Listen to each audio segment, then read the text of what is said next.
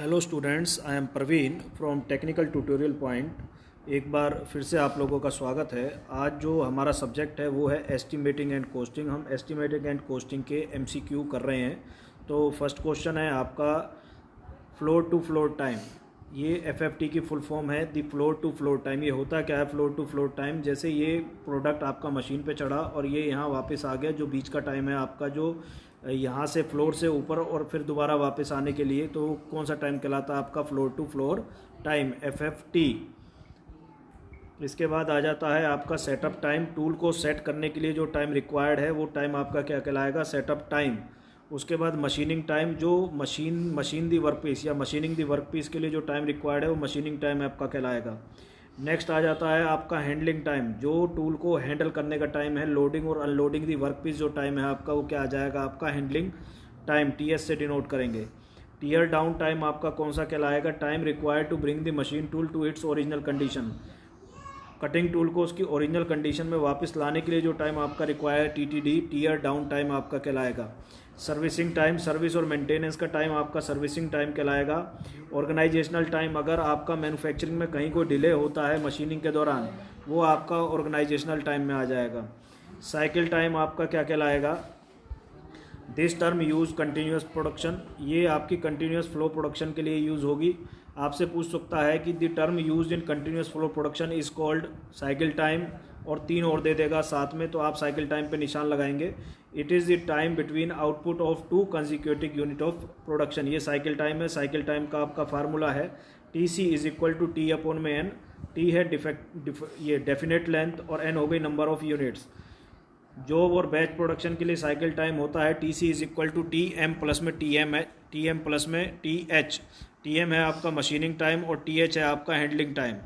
Standard unit time, ये standard unit time sum होता है ऑल आपके टाइम्स का, machining time, handling time, servicing time, organizational time, इन सब का सम आपका क्या कहलाता है? Standard unit time. इसके बाद आ जाता है आपका टोटल टाइम। टोटल टाइम का फार्मूला दे रखा है इधर, एन क्या है? Number of work piece in a load. Terminology आपकी क्या कहलाती है? टर्मिनोलॉजी में आ जाती है आपकी cutting speed, feed, depth of cut. तो कटिंग स्पीड क्या है? It is the speed at which metal is removed from work piece during 1 pass of cutting tool. इसका जो ये फार्मूला है कटिंग स्पीड का, पाई डी एन अपॉन में 100 metre per minute. इसको अच्छे से पढ़ लेना क्योंकि ये बहुत जगह पे यूज़ हो रहा है फार्मूला, ठीक है। इसके बाद एक टाइम का है F into L into N, sorry ये है आपका टाइम रिक्वायर्ड का है, T is equal to L F into N. ये फार्मूला आपका आगे मिल जाएगा आपको, ये टाइम रिक्वायर्ड का। फीड क्या है? It is the distance at which material is remove from work piece during 1 pass of cutting tool. Depth of cut में यहाँ पे क्या आ जाएगा? डिस्टेंस की जगह कट आ जाएगा। ये कुछ कटिंग स्पीड दे रखी है आपकी मटेरियल के हिसाब से। एल्युमिनियम की डिफरेंट ऑपरेशन पे, जैसे एल्युमिनियम से हमने क्या करना है? ड्रिलिंग, तो उसके लिए क्या स्पीड चाहिए? 120 मीटर पर मिनट। इस हिसाब से स्पीड्स दे रखी हैं हमें। Aluminium, brass, cast iron, copper, mild steel.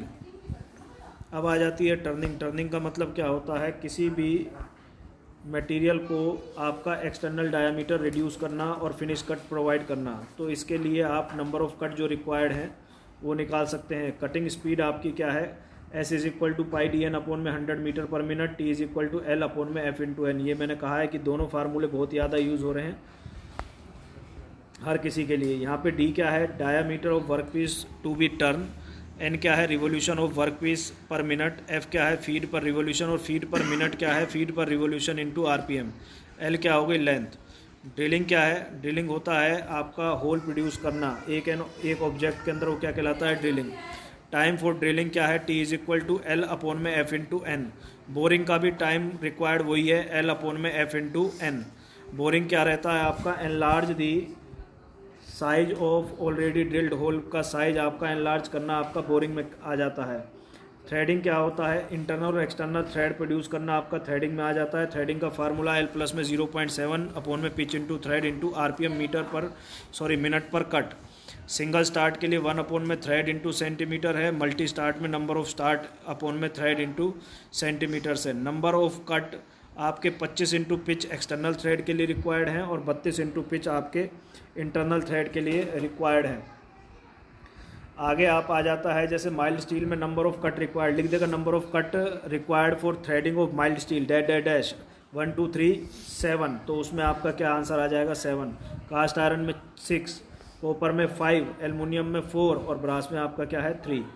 अब आ जाता है टेपिंग। टेपिंग के लिए फार्मूला आपको दे रखा है L+D/2 अपॉन में P इंटू N मिनट पर कट। शेपिंग ऑपरेशन में इफेक्टिव स्पीड E दे रखी है आपकी S इंटू N अपॉन में 100 मीटर पर मिनट। यहाँ S क्या है लेंथ ऑफ स्ट्रोक, N क्या है number of cutting stroke, N की वैल्यू क्या है 60C अपॉन में S। टाइम रिक्वायर्ड का फार्मूला है L+5 B+में 2.5 60CF। अब आगे आ जाता है प्लानिंग ऑपरेशन। प्लानिंग ऑपरेशन में इफेक्टिव स्पीड आपकी वही सेम है बट N की वैल्यू चेंज हो रही है 75C अपॉन में S, और इसमें जो फार्मूला है टाइम रिक्वायर्ड का वो क्या है L+में 25 B+में 5 अपॉन में 75CF।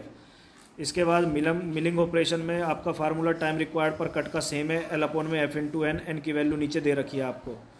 इसके बाद कटिंग ऑपरेशन के लिए और फेसिंग ऑपरेशन के लिए दोनों के लिए फार्मूला दे रखे हैं। रूट में डी माइनस डी का स्क्वायर और फेसिंग ऑपरेशन में हाफ डी माइनस डी का स्क्वायर माइनस डब्ल्यू का स्क्वायर अपॉन का रूट।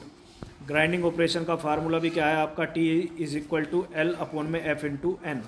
इसमें F की वैल्यू रफ कट के लिए आपकी W/2 है और W/4 है for finishing cut.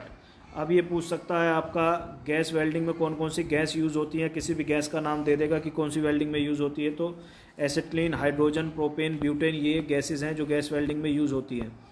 Leftward welding को फॉरवर्ड वेल्डिंग कहते हैं, इसमें से भी क्वेश्चन बन सकता है। The another name of leftward welding that that S दे देगा तो वो forward welding, backward welding S दे देगा तो उधर फॉरवर्ड वेल्डिंग आप टिक लगा देंगे। लेफ्टवर्ड वेल्डिंग क्या होती है, welding proceed toward left, जो लेफ्ट की तरफ प्रोसीड करेगी वो लेफ्टवर्ड वेल्डिंग कहलाएगी। इसमें 3 mm से 5 mm की थिकनेस तक वेल्डिंग आपकी की जा सकती है। राइट वर्ड में 5 mm से 8 mm तक की थिकनेस की वेल्डिंग की जा सकती है। इसमें वेल्डिंग प्रोसीड टूवर्ड्स राइट, जो राइट की तरफ वेल्डिंग प्रोसीड करेगी वो राइट वर्ड वेल्डिंग में आ जाएगी। गैस वेल्डिंग में हम 25 mm थिकनेस तक की शीट की वेल्डिंग करी जा सकती है। बजट क्या कहलाता है आपका, estimate of future need is called budget. Master budget क्या होता है, समरी ऑफ होल बिजनेस का जो समरी होता है वो मास्टर बजट में आता है। इसमें 3 बजट आ जाते हैं, लॉन्ग, शॉर्ट और करंट बजट। 5 से 10 साल का बजट लॉन्ग बजट में आता है, 1 से 2 साल का बजट शॉर्ट टर्म बजट में आता है, 1 महीने से लेके 6 महीने 1 मंथ, 1 क्वार्टर और 1 सेशन का बजट आपका करंट बजट में आता है। वीडियो से रिलेटेड कोई भी प्रॉब्लम हो तो आप कमेंट बॉक्स में कमेंट ज़रूर करना, मैं हर कमेंट का रिप्लाई करूँगा और मैं डिस्क्रिप्शन बॉक्स में अपना व्हाट्सअप नंबर भी दे दूंगा ताकि आपको अगर कोई प्रॉब्लम है और कोई नोट्स चाहिए तो आप मेरे से डायरेक्ट व्हाट्सअप भी कर सकते हैं। Thank you very much.